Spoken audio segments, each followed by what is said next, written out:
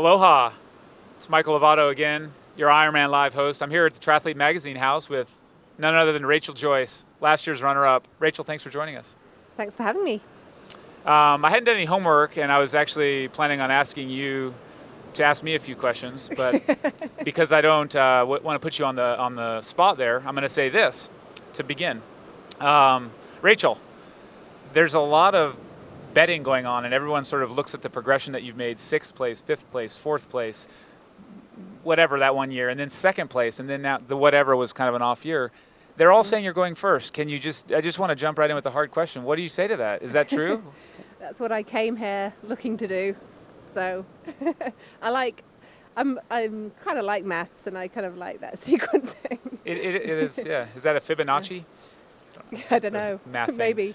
No, I jump right in with that because I feel like it's sort of the elephant in the room, and it's like everybody sort of sees this progression. You're there. So I'm curious, what's the thing that you're going to do differently this year to stay away from these girls? I think, I took a lot away from last year, and I think I've taken a lot away every time I've done Kona, and you learn lessons and you think about what would I do differently in that situation. And it's difficult to say there's one thing I'm going to do differently because you don't know how the race is going to go. But what I plan to do is swim faster, bike faster, and run faster. And I think after last year, I'd had a bit of an interrupted preparation for it, and I think when you lose consistency in training, even if physically you're capable of doing the same thing, mentally it's harder to have that confidence in yourself. And I think maybe there were parts where I wasn't willing to go when maybe I should have done or could have done.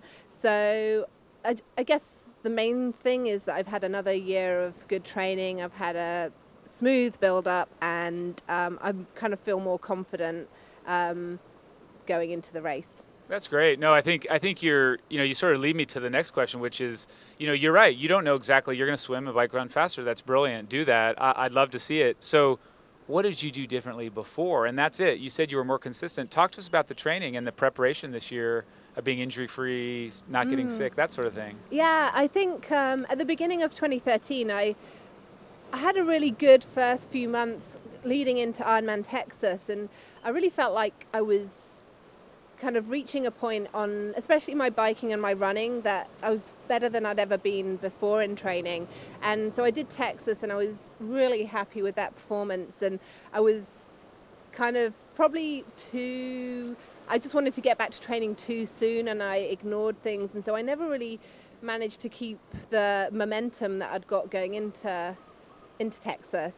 Whereas this year, because I've just kept going, I got to where I was leading into Texas, and then I've moved on a whole bunch past that. So the training didn't change massively, but I just was consistent. And so rather than kind of there plateauing and probably going down and then trying to catch up to get to where I was in Texas before Texas, it's just been more kind of a consistent kind of outstanding. Yeah, that's great. I mean, it's sort of shocking. Last year was pretty good. A win in Texas, a win in Cozumel, and a 2nd place here, but not a lot of racing other than that. Yeah, people kind of thought that wasn't my strategy, but it was not my strategy. I mean, I do enjoy racing, and I would have loved to have done more than just those 3 Ironmans. I mean, I was happy with the results of those 3. So, Thankfully. Things that turn out well in the end, you can't complain. But yeah, there was quite a lot of angst coming into Kona last year. Well, and that's hard. That's a big point you have to manage, is that emotional angst. But let me just say, this year you've gotten 2nd Boulder, Kansas, 2nd Roth. You've got 3 seconds, I'm bored 3 big of ones. 2nd. Mm-hmm. Okay. Yeah, but to me that says something, and I think it's a good thing. So have you, I don't know, some people say I've gotten beaten 3 times, but to me it's a good thing. Can you talk to us about the motivation of losing to Rinny at Roth on the run, losing to these other girls prior to that, Jody at Boulder as well? Talk to us about that. Yeah, I felt going into Kansas, it had been a long time since I'd raced, because I'd done Ironman Cozumel at the end of last year, and it just set everything back a little bit, and I was kind of keen to start early, but I think if you do race late, you have to be prepared to start racing later in the following season. And so I felt pretty rusty in Kansas, and I was really happy to have Boulder the following week to kind of put right some of the things I thought I didn't do right in Kansas. And so I really attacked the bike, and I was really happy with. So whilst I would have loved to have won Boulder, like the positive I took from that was the strength that I had on the bike, and I knew that that was something I could do again. And the run, you know, I kind of caught Jody and then got dropped by Jody, so then that kind of motivated me on the run. And then the same again in Roth. I was really happy with my bike. You know, I knew I took the strength I kind of had shown that I had in Boulder and was able to kind of make some time gains in the latter stages of Roth. But then I got caught again by Rinny. So that, rather than being despondent about that though, it was a real motivation coming into this race. You know, I had time to put in a good block, and I'm kind of really happy with where my running is and feel like, you know, I've kind of progressed since Roth. Awesome. But then so has everyone else. No. Well, you can't worry about that, I don't think. So, okay, well, you've brought this up and talking about the run and losing it there, you thought. Talk to me about how you identify as a triathlete, as an Ironman athlete. Where do you see yourself as a swimmer, a biker, a runner? It's something that I think plays into the way you tackle the race. You know, it's kind of really evolved through my career racing Ironman. You know, I used to be I was a swim biker and then would spend the run kind of looking over my shoulder. I didn't crack 320 until probably 2 years of racing Ironman. And then I really improved my run. So now I really like the feeling that I don't get off the bike and think, oh no, you know, I like each of the disciplines, and I feel like I can rely on each of the disciplines. I'm not kind of hanging my race on one or the other. So, yeah. That's great. Yeah, and I think that, you know, you once said that you got off the bike and you were way up front like that, and you thought, I don't belong here. Yeah. I'm suspecting you don't feel that way anymore.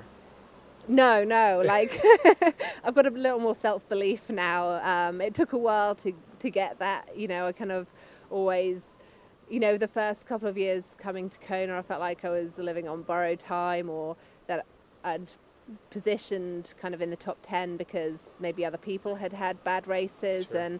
And that's one thing my previous coach, Matt Dixon, really helped me with, you know, having that belief and kind of making me see that I did belong there. Absolutely. So. Well, I think we on the sidelines see that you belong, and it's fun to watch you race. Just real quick, I'd like to see, what do you think about the tactics where you've got a lot of really good swimmers now, Liz Blatchford, Jody Swallow, that you're going to be up front riding with? Does that change the way you race? No, you know, I'm not really going in with a race strategy based on where other people are going to be in the race. And, you know, maybe last year was a bit of a one-off that there was such a big group. If we have a choppy swim, that's going to change things. So I think about how the race could play out, and it might end up that there is a big group, but on the other hand, you know, some of those speedy swimmers might be thinking, I'm going to get away, and yeah. So I'm prepared for lots of different things, but that's where I think having belief in each of my disciplines is going to help me, because I'm not going to think, oh, there's 3 people up the road, that's it. I'm going to think, well, I can ride damn well. I'm going to chase them up the road. I love it. That's great. No, the confidence is there, and I certainly look forward to watching this unfold. We do have a rapid-fire question round that we'll enter quickly here. You just have to quickly respond when I say race week. Will you have coffee or no coffee? Coffee. AC or no AC? AC. Are you a Dave Scott fan or a Mark Allen fan? Dave Scott. How about this? Is there anything you abstain from the night before the race? If you know what I mean. Very little. Okay, that's fine. What about this? Compression socks or no compression socks? No compression socks. And not in public, anyway. See what we're saying, folks out there? How about this one? Will you be at the Underpants Run or not at the Underpants Run on Thursday morning? Oh, given who I'm talking to, I may do a drive-by. Okay. But I'm British. I'm not very comfortable with that kind of thing. You did attend one, and I appreciate that. We saw you out there. It pushed me way out of my comfort zone. And that helps you grow as a person, so that's nice. But no, this is great. We enjoy talking with you, and I certainly wish you all the best. Thank you. And thank you for joining us here. We'll be back again with more athletes. None quite as humorous or well-spoken as this lady, but we will be back. Thank Thanks you. for joining us. Thank you.